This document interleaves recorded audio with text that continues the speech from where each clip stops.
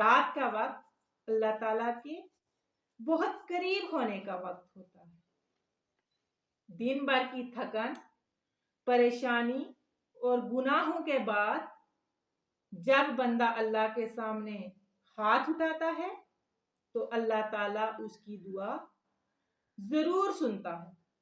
نبی کریم صلی اللہ علیہ وآلہ وسلم نے فرمایا کہ اللہ تعالیٰ ہر رات آسمان دنیا پر نزول فرماتا ہے۔ کون ہے جو مجھ سے دعا کرے تاکہ میں اسے قبول کروں؟ کون ہے جو مجھ سے مانگے تاکہ میں اسے عطا کروں؟ سوچئے، کائنات کا رب خود اپنے بندے کو پکار رہا ہوتا ہے۔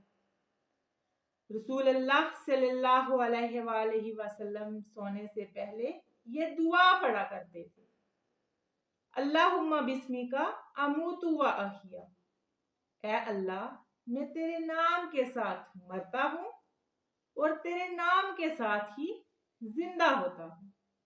یہ چھوٹی سی دعا پڑھنے سے انسان اللہ تعالیٰ کی حفاظت میں آ جاتا ہے۔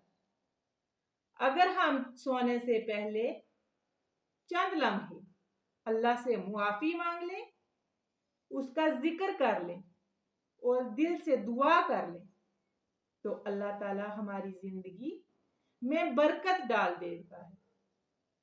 یاد رکھیں، رات کے وقت مانگی گئی دعا دل کو سکون دیتی ہے، گناہوں کو مٹا دیتی ہے اور مشکلات کو آسان بنا دیتی ہے۔